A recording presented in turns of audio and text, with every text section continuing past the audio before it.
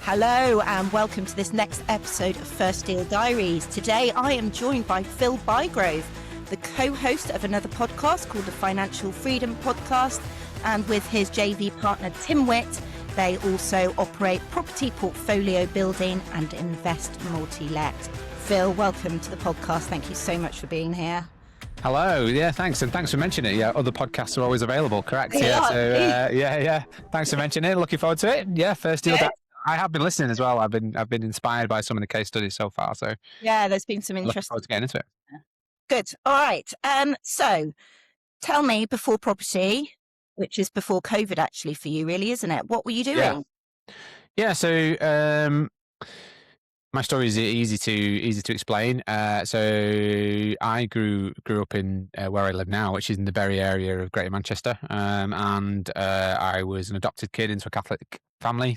And went through the comprehensive school system, came out of that with absolutely no idea what I was going to do. So somebody said, you're good at sport, do that. So I did a sports science degree, which then made me unemployable after that. So, but I moved into a sales role. So for 20 years, I worked in what you would call a heavy sales environment. So I started on the tools as a recruitment consultant for a company who did specialist recruitment for the construction industry. And then by year 8 or 9, I'd moved up the ranks a little bit and had joined a more manpower services company who did like recruitment services, but also mobilization services, supporting big CapEx projects around the world for some of the biggest oil and gas operators, onshore and offshore delivery of CapEx schemes. So that's where you're building the rigs and putting them in offshore and so on and so forth. And did that for, the rest of that time, really. And somehow I ended up being a group board director of, a very high growth, aggressive sales-based business. So yeah, must have been all right at it. But it was an interesting career. I wouldn't, it's not for the faint of heart. And it was a good grounding for resilience and reward. So yeah, I mean the transition into property was reasonably good because it also requires both of those things. And at what point did you think, I've had enough of this industry? So it wasn't really enough of the industry, although looking back now, I probably had enough at the time because I was just a go forwards guy, right? So I never really reflected. I didn't do any personal development as such. I got a lot of management training, but didn't do any reflective development on my own position. I had a family to provide for, my wife, but the reason I decided I couldn't do it anymore is quite simply my wife has a disability. That disability was getting worse and she required more, I wanted to be around for her, so and my job was international, where they put oil rigs isn't in easy to reach locations normally. So there were some nice locations, some not so nice locations, and traveling around the world, meeting the clients and doing the business development and doing the commercial stuff, which was all my bag. Took me all over the world. And I think I remember the one phone call when I was in, the middle of Africa, and my wife had fell on the stairs, dislocated a hip, due to because she's got basically bad joints, and the ambulance took over 3 hours to get to her, and I just thought I just don't want to do this anymore. I wanted to be closer, and I'd read a book called Property Magic. And I decided that I wanted to move more into the property field, and I thought I'd look more into that, and took some training and went from there. Okay, so we are at a point now where you have done 80 deals now, roughly, is it? Yeah, well, yeah. So 80 property transactions for either us or on behalf of our clients, because obviously part of our business of property portfolio building is we do site acquisition as well as. So tell me, you joined the mastermind program in 2021. Correct. You 2020. Okay. COVID hit, but it was the longest one because we joined and then COVID hit, and then it was extended until the end. Okay. About an 18-month property investors network mastermind program. Yeah. And that's where you met Tim. Tell me how relationship came about. Yeah, so obviously we just both turned up on day one, really. Yeah, I mean, we're both. So the two things are really, really simple. I mean, it's you make your own luck in the world, but Um, A, we both joined the same networking program and learning and development program, and B, we both lived in Manchester. So that was the basis of having the original starter conversations of, is it something that we could do to work together? And we just, and I found a good deal. He's a project manager by trade, Okay. which is the deal we're going to talk about Yeah. as well. So I won't go into it now, but so I found a good deal, and he agreed to project manage it on a JV basis, and on the back of that, we were like, well, we're pretty good at this. Should we put a business together? And and we'd done enough deals that he was leaving his job, I'd left my job. So So you both make this work, really? yeah, so we wanted to make it. So we had the time to make it work. So we put a business together, which is property portfolio building and invest multi-let property management, which source, builds, and manages, multi-income property, which is blocks of flats and or HMOs. We did that in Greater Manchester. Okay, so it's a very scalable model. So you are finding investors like myself, perhaps, who don't want to do the deals themselves. You're then sourcing a good project, managing the project, putting the tenants in, and then managing the Exactly. Yeah, it's a turnkey service. So it's for the busy person who wants a multi-income property but doesn't have the time to do it really, or doesn't want to do it because of it's hard, right? Yeah, it is. So yeah, finding it, and then project managing it, and then letting it out. Yeah, so we have a lot of international clients, obviously, because that's where the international Yeah, clients dream. But then we have a lot of people who just, I don't want to do that part. I know what I'm good at, and I don't want to do that part. I want to just be the CEO of my business, and you can be my power team type scenario. So, that's a good. so yeah. Okay, excellent. So both you and Tim say that you are very different personality Oh types. yeah. How does that work in business? It's a good question, actually. So I don't think working with people who are the same personality type as you is a good thing, because you're too one-sided, one point of view. So we do something called Wealth Dynamics, which is by Genius U, who are like a psychology profiling company. Mhm. And our Wealth Dynamics, if you do that, it puts you into one of four main categories, and then in each of those four main categories, there's three subcategories. And the way that it works is it's how you communicate with the world, and it sort of determines how you understand and or prefer to work, if that makes sense. So, and the two dynamics that I have, so I'm a creator, so I'm great at starting things and so on. And then so you get two, and then my sub dynamic is tempo. So I'm great at starting things, and I'm great at keeping them, on piste, if you like. So just moving through stage gates and so on and so forth, which meant that what I lacked was the steel environment. So steel is like a real drill down into numbers, spreadsheets. It's very it's quite it's quite the colder end, if you like, in terms of like a personality point of view, or how your brain operates, I should say, point of view. And we were a little bit lacking on the out and out blaze, which the blaze is the side where it's the ability to do something and just do it repeatedly and not worry about the world, be in your own, environment. The happiest people in the world will be blazes.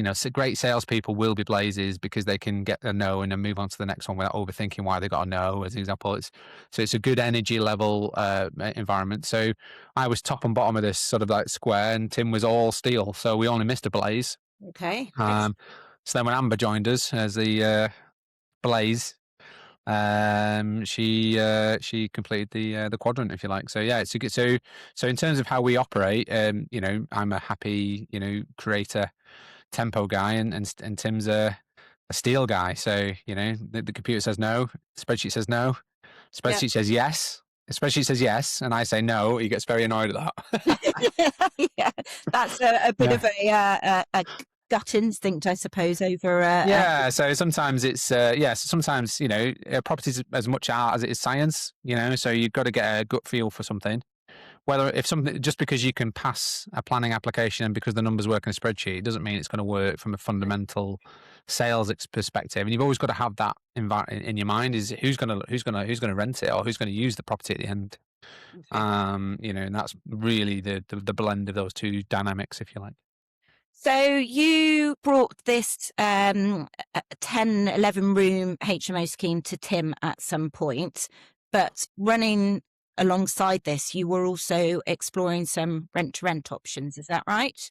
Yeah. So So explain to the listener what rent-to-rent means, and then yeah, tell me a bit about that. it wasn't rent to rent in its truest form either. So I want to be clear on that. So ours was a leasing. It was more commercial leasing than rent to rent. So basically, what I needed to replace my income was income, right? Cash flow income. So the first level of cash flow income is do whatever you need to do to generate enough cash flow to replace or pay for your life. That's the first Yes. step of any wealth dynamic. So if you're going to buy single lets, you're going to be there for 30 single lets before you do that. So, it's just not practical. So I did something which is called, I set up a little business which is called Rent to Rent, which actually grew too quickly and ended up going bust. So it's a bit of a warning really, as well as a thing. So That's rent how to I've rent, heard about it. yeah, so rent to rent can work really well. I don't get any, and I don't want to put people off. So Mhm. basically, what you're doing is you're renting something off party one and renting it to party two, and you're the middleman. That's Yeah. all woman. That's how it works, right? So, how my venture worked was I had an agent with a council contract. That council needed emergency housing in London. Uh, they also had landlords, so they had everything I needed. And they wanted to sell me deals, if you like. So those deals would come to me, and I would act as the middleman for those deals. If I bought a deal, it would be you sign a contract with landlord one, and then you rent it to the council, and you sit in the middle as the owner. So it worked well because it was a good cash flow generator. The problem was it grew, the program grew, and there was a couple of parties above me in the supply chain because there was a couple of different parties who did this program. They had too much control over the whole program. And even though you can do as much due diligence as you want, if somebody deliberately wants to defraud you and your business, they will do that. And with today's technology, you that happens, and unfortunately, that did happen. So it was basically, they started, and I still don't know at what point to put forward properties and deals that did not exist, and they were purchased, and at some point, it started to Ponzi a little bit, and then it fell over. So unfortunately, yeah, that was a bit of a oh god, that's happened. That happened. It was quite brutal. It's quite a brutal experience. But I think one of the things that you have to do as an entrepreneur is you have to understand that risk comes with risk. Yeah. Somebody, and then the one thing I would always say to people is when somebody says to you, this is what are the risks, or you ask what are the risks, and they say to you these are the risks. If you say to them that's fine, move ahead, you've accepted that risk, and Yeah. that's the point. Is I'd accepted some of these risks were out of my control, but what I hadn't factored in the fact that somebody would deliberately cause it, but I had factored in the fact that I wasn't in total control of the entire supply chain, and I was a bit of a middleman. But it's like any business, any business that any sort of like supply chain, there's always somebody at the top, so always somebody at the bottom, and if somebody at the top goes, bust effectively, then the whole supply chain can fall apart really, really simply. So that's what happened there. And then Okay. on the flip side, we started our development business, which was the one that was for me and Tim to hold. This was the deal that we're going to talk about now, which is like you said, it's an 11 income stream development now. It was an interesting one, which is why I think it's really good to give an example as to how we found it, and then how we built it out. Yeah. Well, let's go into that. How did you find it? Yes. So one of the things that we learned on the mastermind program was to look for anomalies. Is to look for the things that didn't sit in the right space, or properties with a problem selling. And some of the indicators are really easy. So if a property's been on the market for ages, or it's got a problem with the property, you can clearly see the structural issues, or there's vegetational issues, or any of those things. You can see those. Sometimes it's simpler than that, and in this case, it was really simple. It was just listed in the wrong place from a sales perspective. So I had been tracking all of these different auction sites and sales sites and so on and so forth. And I just had this one auction site, and on that auction, it was an industrial type auction. It was like industrial unit, industrial unit, industrial unit, industrial units, 2 flats and a warehouse, industrial unit, industrial unit, industrial unit. And I was like, well, And this warehouse was small. I was like, well, that isn't, and it'd been around this auction cycle a couple of times. So I was looking at it going, well, it's in the wrong place because it's got 2 residential units involved. In fact, it had 3 residential units at the time. There's 3 flats in a little small warehouse. And if you're on this website, you are an industrial buyer, so that's going to get overlooked every single time. So I called the auctioneer. I put in what I thought was a cheeky offer of £200,000 for this thing, which was 3 flats and a small warehouse. So it was quite cheap in 2021, and they came back and said, "I'm really sorry, you can't accept your offer at £200,000, but they're willing to accept £207,000." So I bit their arm off at that point, really, because I knew that whatever happened, each of those flat values on their own was worth. If I split those flats up and just sold them onwards, were worth more than the price that I'd paid. So it was, and then I'd still be left with this small warehouse, no idea what to do with it. But so that was just doing. Say again. That's where Tim comes in. Well, yeah, I mean, I had an idea already. So the way that it was laid out was very interesting as well. So there was 1 flat downstairs which was existing, and there was 2 flats above the small warehouse. And the 1 flat downstairs was like, it's off to the side. It's all one building, but it's at the front. So the front flat is at the front. So it's great for a podcast when someone starts doing hand movements. But if you imagine, if you're looking at a unit over 3 floors, the ground floor, as you look at it, was the flat entrance. And then the entrance to the warehouse and the upper flats was around the side of the building. And it had a little courtyard to get into it. The warehouse was, it had like an oil tank in there, and it was all concrete, and storage at the time, and so on. And then upstairs was 2 flats side by side, but they're both 3-bed flats and with large rooms. And the value of 3-bed flats is not that good, to be honest with you, in that particular area. So there's no real value in a 3-bed versus a 2-bed flat. So what we did is we decided, actually, we'll keep the front flat because it's completely independent. It's independent access.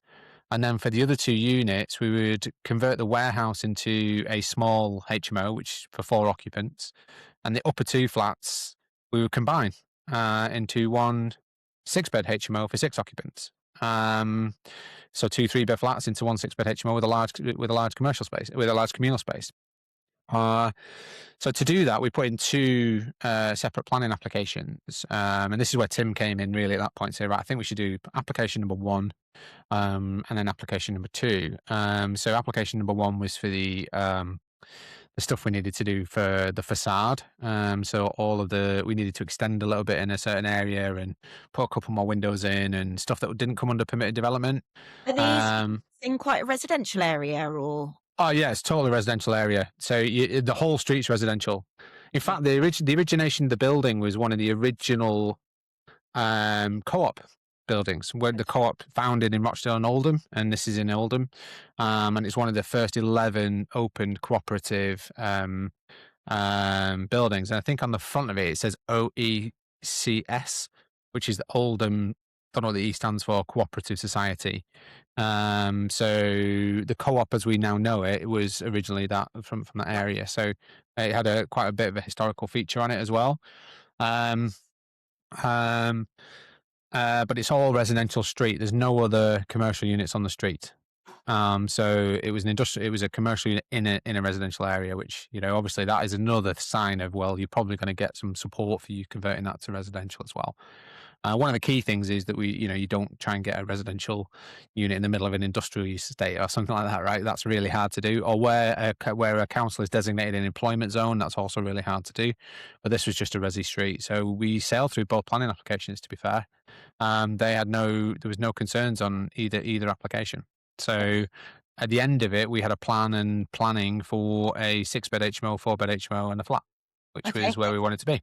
So you've got full ownership of the property. You've got planning in place. What are your financials on this? Is it on bridging finance or? Yeah, so this is where things went to pot, right? So, and this is the naivety of your first deal, which is a really good point for anybody who does listen to who's looking to do their first deal.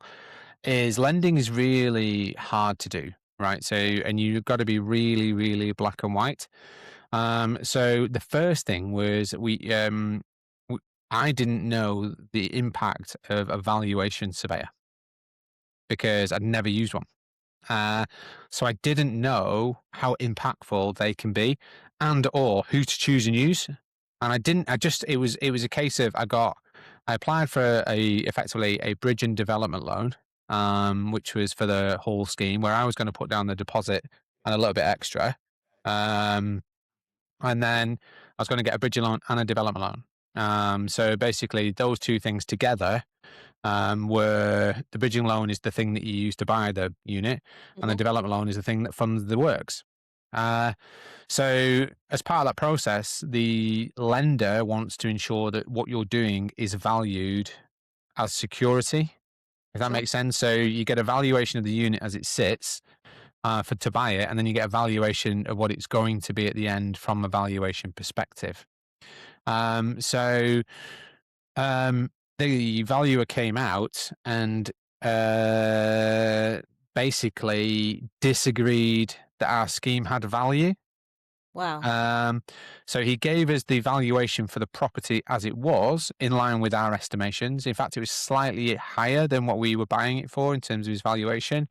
But his valuation on our gross development value, which is the value at the end of the project, that's what they give you as a valuation at the end of the project, was basically he only valued it as, well, I think it's the same value as 3 flats and not 11 income streams, because we wanted a commercial valuation based on 11 income streams, and he valued it as 3 residential flats in that area, at which I think he valued them somewhere in the region of £95,000 each.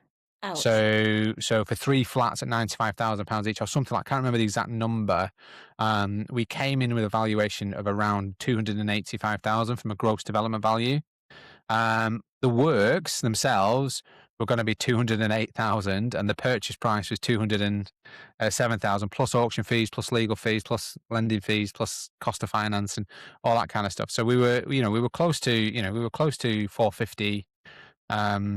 £450,000 of cost, and he'd just valued the whole thing at £300,000. So we were really in a bad position at that point, because we'd also paid a deposit at auction for this, right? Yeah.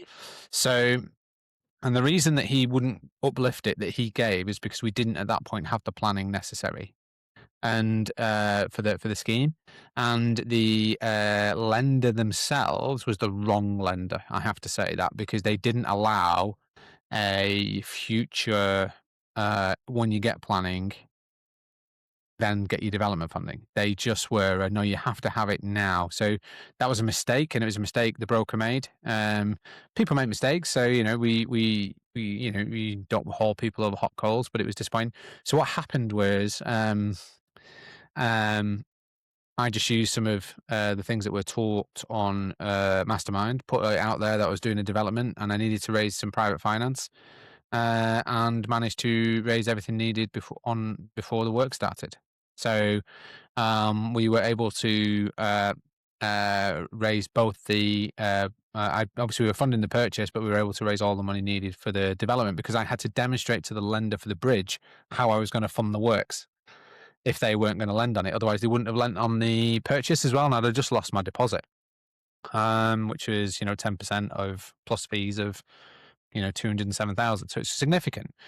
But the problem with then was, again, naivety. It got to the point of completion, and I said, "Oh no, we've raised the money. Here's the amount. It's all in the accounts. Here's the loan agreements that we've got with these people." And they said, "No, stop. We're not going to lend against this unless we get something called a deed of subordination." So if you don't know what this is, if you borrow money into your company from a third party private investor, the company who has the senior charge on the business, so that's the institutional lender, the bridging lender, or the mortgage provider, will want to ensure their first charge is protected, and they use something called a deed of subordination. And what it basically means, subordination means we're the first lender, everybody else is below us. If the worst happens, we get paid back before anybody else can make a claim. So even though your loan agreement pretty much lays that out anyway, they still want a deed of subordination signed by all parties for their records, which meant I had to go back to both the private lenders and say, "Listen, I need you to sign this," and it looks like the devil's written it. Yeah. So that caused some challenging conversations. I was explaining that it hadn't changed the position, and so on. So I had to actually go through with them. It doesn't change the position that you're in the chain or whatever. It just ratifies what we've already agreed. And eventually they said, well, they agreed it really, really kindly, because it was about that thick as well. This thing, it was like really, they wanted legal advice on it and so on and so forth. And I was, we only had like 2 days to complete, so they were very kind in their trust in us. Yeah, we raised it and got the deeds back, and we were able to complete on the deal. So explain to me what's going through your mind during all of this. Did you breeze it? Was it stressful? Did it put pressure on your and Tim's relationship? What? Give me all the feelings. I think if anything, it cemented the relationship more than anything, because one of the really critical things is, if you have a problem, it's how you deal with the problem. So a bit like when my business went bust, it's like it didn't just go bust. Anybody who was involved with the company, I held 9 weeks of meetings every week to go through, all of the different issues, all the different problems, all of the things I was trying to do to resolve it, and so on and so forth. One of the other companies who went bust because of it just didn't speak to anybody, buried the head, right? So it's not, and the thing about values is, it's not about when things go right, it's about when things go wrong, what happens. And both myself and Tim we're making this deal happen. Regardless of these things, we don't agree with the valuer. We're going to solve all the problems.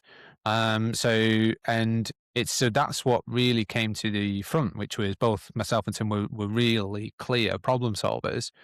It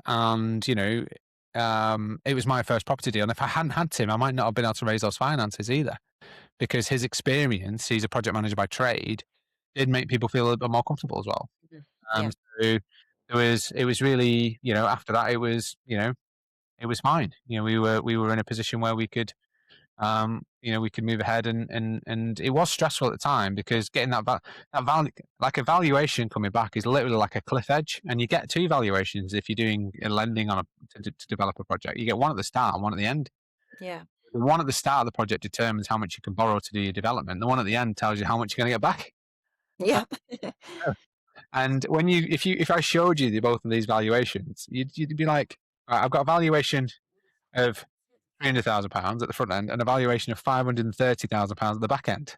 It was a mental environment to be in, for your first deal, really. But then we hadn't gone standard; we'd gone big. It was 11 income streams, because again, on a joint venture basis, if you're considering a joint venture, the less income streams you have, the less valuable that joint venture is going to be. And one of my colleagues who runs MS Law, is a friend and client of mine as well. He puts it really well, which is, it's the only time in life that 2 + 2 should equal 5. Because if you've got the sum of parts on both sides and they don't equal to more than the sum of the equal parts, then there's no point putting those parts together, because a joint venture is a bit like a marriage. You have to be in it. You're in it, and you need to see the values of other people. And I think because of how we dealt with that project, and even at the front end and through the project, was it came out really well, and it cemented that actually we're really good at this. We're really good at working together. We've got a really good basis for finding deals. We've got a really good basis for getting problem solving. So why don't we put this together and do that? And the refurb went well? I mean, yeah, it's a refurb, right? So Yeah. do you mean by what is well is subjective? So it went well. I was called out once by Cadent Gas for a monoxide issue, because the builder, bless him, had a guy who, there was a concrete slab in the building that needed to come out. The concrete floor, it was too thick. It needs to come out to provide the residential flooring. And in the warehouse, and they've got I don't know what his actual name. I'll disguise his name for this purpose, but I'll call him One Tooth Dave, who sits in there with a chainsaw or a steel saw and cuts out all of this concrete slab. And he decided to do that on a Saturday at 3 p.m. So at 7 p.m. He'd left site, closed all the windows, and all of the carbon monoxide that his diesel thing had done had built up, and set all the carbon monoxide alarms off on the street, and I had to get called. So but apart from that, the build was on time. It was challenging in the way that you need to be prepared for, which is, your tender process you need to be prepared for, builder meetings, telling the builder what they need to hear at the right times as well, which is, the builder was trying to save me. He said, "Oh, I'm going to get this fire guy out and do that, do this, do that." And he was like, "Oh, it'll save you £500." I said, "Yeah, but when?"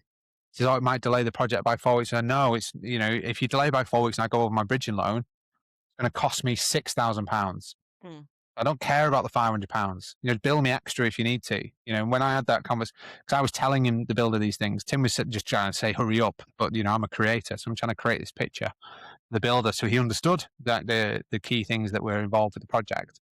But yeah, I mean, the planning went through okay. It took a bit longer than we would have liked. We had a 12-month loan, so the planning was in that time as well. So we hadn't got planning before we executed on the auction. The planning took a bit of time, a bit longer, and the build program took a little bit longer. But we were out and refinanced just within the 12-month program. So the build program was good. The finish was really good. The one thing I took away from it as a layperson heading into my first project was do the big things first. So the thing that delayed our build program the most, it didn't delay. I mean, I think we were 5 weeks beyond the original program, so it wasn't anything to really cry about. The thing that delayed it the most was the big concrete slab in the warehouse, and it was left. And every time I turned up, and why have we not started this? I need a guy to do this. I need a guy to do this. And then the guy turned up, and the builder, it took him like 3 weeks to get rid of this thing. So it was like, well, why didn't you get this guy in first? So now every project I go to, or every project I start, I'm obviously 4 or 5 years down the line now, so I'm pretty much can run these projects myself. But I just write down, these are the big things, do them first, and try and encourage the builders to do the big things first, because it's like anything in life. It's hard and challenging. You might push it backwards, but you as an owner, even though you're not the builder, you might not even be your project manager. You need to be saying, no, I want to see that these big things are done, because the time to do that will be longer than we expect. Yeah. So digging holes outside in summer around the winter is an example. I know it's not due to winter, but dig it now, because it will be frozen. Those types of things. It's just thinking ahead about what the big things are. So the big thing on that project was this concrete slab. I think that's a good tip. If we'd have started at the start, it wouldn't have had that 5-week extension, because the actual build of it was reasonably smooth. Once it got.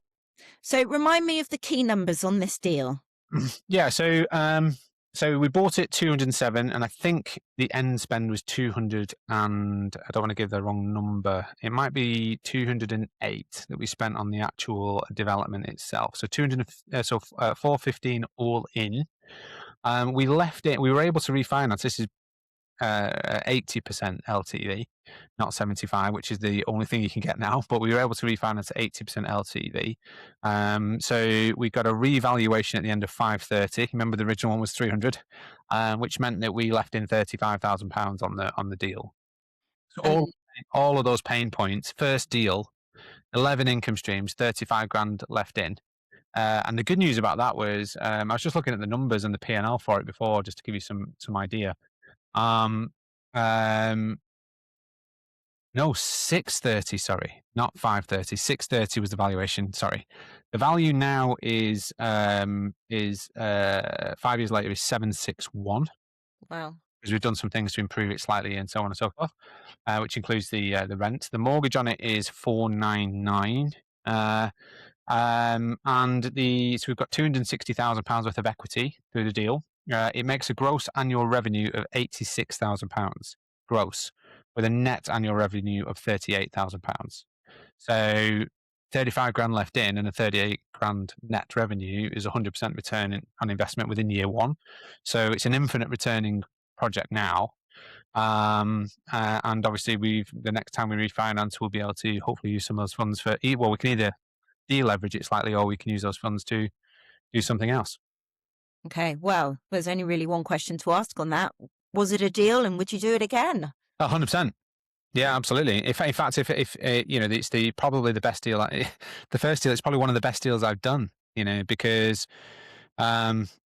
it didn't just give me the financial return, but it gave me the productive return. of all of these challenges that happened with the lending and the planning and the build program and the partnerships and the joint ventures and the deeds of subordinations and all this type of stuff.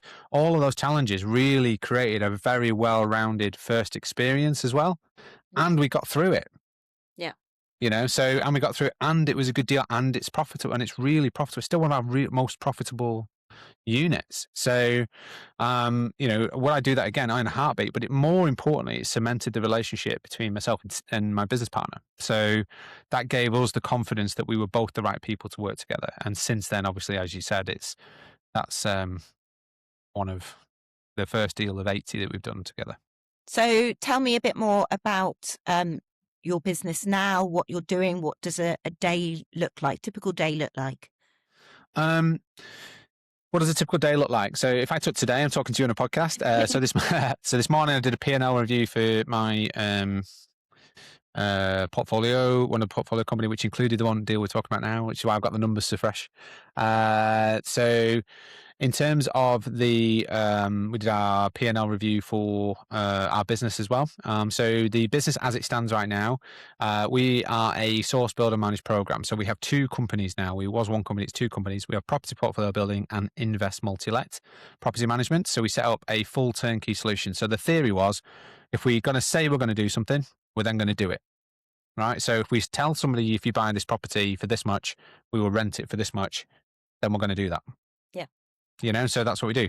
So technically what we do is over the the 63 or 4 deals we've done for third parties, we have found a site that is suitable. Our most popular product is a HMO, co-living standard, up there in the sort of like higher end build programs, but also higher end rents.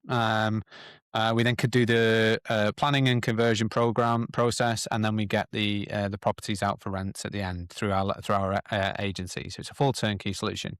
So in 2026, we will probably surpass 500 tenants through that process where we've done this. We have acquired maybe 40 to 50 tenants organically, by people referring people to our lettings business, because I'm a sales guy, so our lettings business isn't set up like other lettings businesses. It is a high performance sales business, so it's not the same as normal lettings companies. So you can ask me on that if you want, but I mean, this is about First Deal Diaries, isn't it? So so we source, build and manage on behalf of our clients. So this year I think we've got 25 projects planned in 2026. We probably did 30 in 2025. And the reason it's come backwards is it's getting a bit harder to do the lower value HMOs in Greater Manchester due to an Article 4 directions are coming in across Greater Manchester. So, but out of our clients, pretty much everybody wants larger sui generis ones anyway. So there's only one or two who it affects directly, but so that's what we're planning for 2026. So for our listeners thinking about doing those first deals, and what is commonly known as sourcing is such a easily accessible business model for people who don't have money but they want to get into property. So Phil, you are like known for getting deals, sourcing deals. What would be like your 2-minute pep talk to somebody who's thinking about sourcing? Niche it down as much as possible. That's the number one thing, because there's nothing worse than somebody going on a 1-day course and then giving me a ring and then getting in touch with me and saying, "Oh, I'm a deal sourcer and I source HMOs, service accommodation, BRRRs, single lets." I'm like, no, you don't then, because it's called being a busy fool. So there's 5 questions you should always ask yourself if you're setting up any sort of business. And if you can answer these questions, and I mean really detail these questions. And I'll give you my answer to these questions at the end of this. So the first question is, whom do you serve? You have to serve someone. So if you're going to be serving clients who want deals, who is that? The second one is, what does their world need? So what do they need? What do they fundamentally need? The third one, how do you make money? The fourth one is, what are you good at? And the fifth one is, what do you enjoy? Right? So they're 5 clear questions. And I would say whatever you write down the first time will not be the answer to those questions. It's a bit like if I ask you the same question 4 or 5 times, eventually we'll get to the right answer, right? So I would give each of those questions a good 90 minutes of thought time, right? So if you've got to do this properly. So the first one is, if I said, whom do you serve? If you just say to me, investors, then well, what does that mean? Mm. So who we serve is people who are on the level 1 of their property journey, who are looking to do cash flow only deals using multi-income blocks to sweat the asset, and either do not have the time to do it or are not in the area to do it, themselves, So that's who we serve. What does their world need? Their world needs a full turnkey solution. So their world will need us to acquire the site, to manage the build program, and to let the program out at the end. How do I make money? I get paid 3 times. So I get paid at the point of site acquisition, I get paid at the point of project management, I get paid at the point of tenanting. What am I good at? I'm good at, sales processes, creative processes, coming up with deal solutions, coming up with what the end program might look like, navigating the processes in between deal to tenanting. And then what do I enjoy? Those things. I like doing all of those things. So all of the number stuff, all of the planning stuff, all of the the detailed administration, all that type of stuff is somebody else's job. Because if you don't enjoy what you're doing, those first 4 don't matter because you're not going to do it ultimately. Yeah. So that's the first thing, is niche it down. I'd use those 5 questions to help you do that. Okay, well, I'm sure that's going to be really helpful for a lot of people, including myself, I expect. Yeah, well, that's business. It's a business thing, right? It's not just and in fact, it's actually the questions that you can find in a book called Ikigai. Yes, I know it. Yeah. Yeah, so Ikigai is a book which is the Japanese art of successful living, or something like that. It's called, and they ask similar questions, and I've just niched it down to the business environment. Mm-hmm. Yes. What is your purpose, and what do you love? Yeah, this is how you create your business purpose. Yeah, absolutely. Which is then aligned with your own values, which is really important. And the second one would be you need to have a business of values, because if your business doesn't have values, then it doesn't matter what your deal source. Yeah. Good. So what does the future look like? What does the future look like? Well, this year is we're in a bit of a normalization year. So if you look at the storm, norm, perform, whatever it is, sort of thing, we're in a normalization year this year. So we're in year 4, 5 of business. So we are just keeping things steady in terms of a number of deals that we do, number of clients that we serve, number of tenants that we onboard. Because if you think about it from an agency perspective, every time we do deals, an agent goes up by that number of tenants, right? So, so last year we went from 200 to 400 tenants, so we doubled in the year. So we're just normalizing this year. So we're going from 400 tenants to 500 tenants. We're only doing a certain number of projects. We're leveling up. So we're doing our year of is master craftsman. So we are becoming master craftsmen in all 3 things that we are doing. So we're really getting into the midst of those three items. From my perspective, I've no longer on the cash flow level. From a property portfolio perspective, and obviously my business generates profit. So if you're looking at the wealth hierarchy, I'm looking at developing my asset only income. So the difference between cash flow property and asset property is a bit fire and forget. So I've got some commercial offices that I never hear from the tenants. They just pay every month and no issues. So we're looking to, I've got some single lets in good areas, like not the single terraces just because they're cheap. We're talking about, semi-detached in nice areas where they're always going to pay the rent because they can't really afford a CCJ, and they understand they're more commercial people and so on and so forth. So I'm looking at that asset level. So I'm looking to increase my income in that asset level by £2,000, he says flippantly, because, that would be a lot of people's 3-year goal or 2-year goal, right? So, but, that's just based on the pipeline that we have now. I've got my mill that's converting that we're in a minute, which is a part of that asset income thing, which is due to complete in February. So if anybody wanted to come and see the mill, by the way, the last chance to do so in terms of its development program is in February, and then it will be tenanted hopefully by April. I've got a few bits knocking about in terms of converting a cottage into a couple of single lets and stuff like that. I need to realise they're unencumbered assets as well. So we're looking at lowering our our leverage. Yeah. So we're currently at 65% leverage across the portfolio. We want to get it down to 60% if possible, while increasing cash flow by £2,000. So we're trying to de-risk and increase at the same time, which is a very difficult balance. Yep. But yeah, I mean that's what we're doing at right now. It sounds like we've actually done this properly, doesn't it? And sat down and done goals and things. It might be a good idea at the start of the year, right, to do that. Well, you're a Yeah. very busy man. Is there any space for slowing down? Well, the whole purpose of this year is to allow myself to slow down a little bit. So there's a few fundamentals. So last year we appointed a director into the lettings business, which is Amber, who I mentioned. So she now runs that side of it. So I get very little involved. Pretty much I'm the bad cop. That's all I get involved with if a tenant doesn't pay or whatever. And then on the other side of things is we're looking to appoint somebody actually to join me and Tim, which is first hot off the press, by the way. No, we haven't even put the job spec together. So somebody who Wow, I'm can. privileged. Yeah, there you go. So hot off the press. If you wanted to become, and we're looking for somebody who would join us, learn the business from a source and build perspective, and then probably take over from a director of that business point of view. And then so the whole point of this year is to normalize and then just be more of an advisor. And then we've got another product that we're putting out there because obviously we've got the podcast and the book. That's leading to a product that we're going to launch probably towards the end of 2026. Oh, I'm intrigued. Good stuff. Let's go into a quick fire round. Are you ready? Yeah, let's do it. Yeah. All right. One word to describe that first deal. Educational. Ooh. Planning or finance? What causes more pain? Ooh. Planning. Okay. Favorite podcast? High performance podcast. One thing that scares you?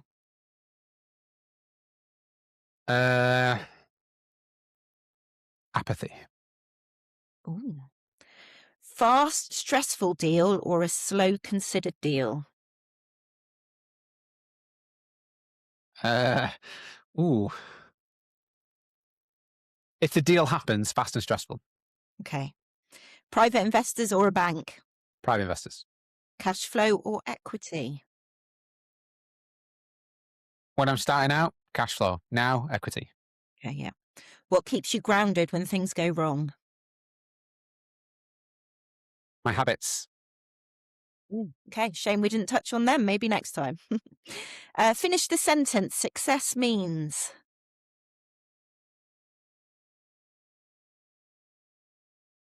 Success means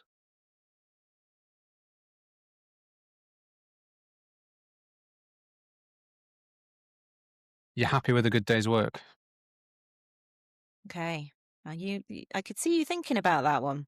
I've got a longer explanation on that, but I just said you're just happy with a good day's work because success means you have a purpose. Yeah. Reason to get up. Yeah, that's it. A purpose is everything. There's nothing worse than not having a purpose because life's about struggle, right? So life is about struggle. We're built for struggle. We used to live in caves. We used to have to hunt really significant wild animals, right? So, we're built for struggle, and apathy is the opposite of struggle. It's the just letting life go by. But if you struggle and you don't have a purpose for that struggle, that's where real stress lives. So if you're struggling to make bills, pay, and you're struggling because you might be made redundant, you're struggling because you have no, income coming in that doesn't rely upon your time. If you're struggling because you're no longer well and you can't do what you did before, but you lack purpose, that's a really bad place for struggle. Whereas if you're struggling with purpose, you're trying to build against those things, or you're trying to help the world, or you're trying to add value to the world, or you're trying to add value to your family, then and you're struggling because then to do that, then that's actually a good feeling because it helps you feel like a good day's work is a good day's work. Excellent. And describe your property future in 3 words. In 3 words, my property future.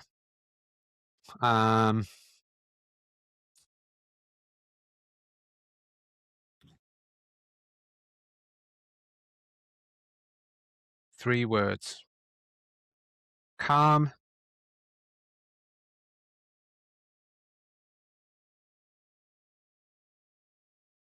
educational, and deliberate. Okay. Phil, it's been an absolute pleasure. Thank you for your time today. Welcome. Thanks for having me. Really appreciate it. Good stuff. And if you, as our lovely listener, have enjoyed listening to this podcast, then do give Phil a follow. Actually, Phil, how can people get hold of you, follow you on social? There's only one Phil Bygrave, so if you just Google me, right? So no, but I'm on LinkedIn, Facebook. I'm most active on those two. I do have all of the other things, but actually it's my guy in the Philippines who runs those accounts. So you can get in touch with me, Facebook or LinkedIn. Obviously the podcast is there as well. You can come to Manchester North Pin, where I'm the pin host. So you can come and join that. It's first Thursday of every month if you wish. Or yeah, I mean, just one of those methods is easy enough. Excellent. So do give us a subscribe on this podcast, perhaps leave a comment for us so we can keep producing great content like this. And we look forward to seeing you on the next podcast. Thank you for listening to First Deal Diaries. This episode is brought to you by Salty Air Design, where story meets design and brands breathe deep. See you next time for another First Deal story.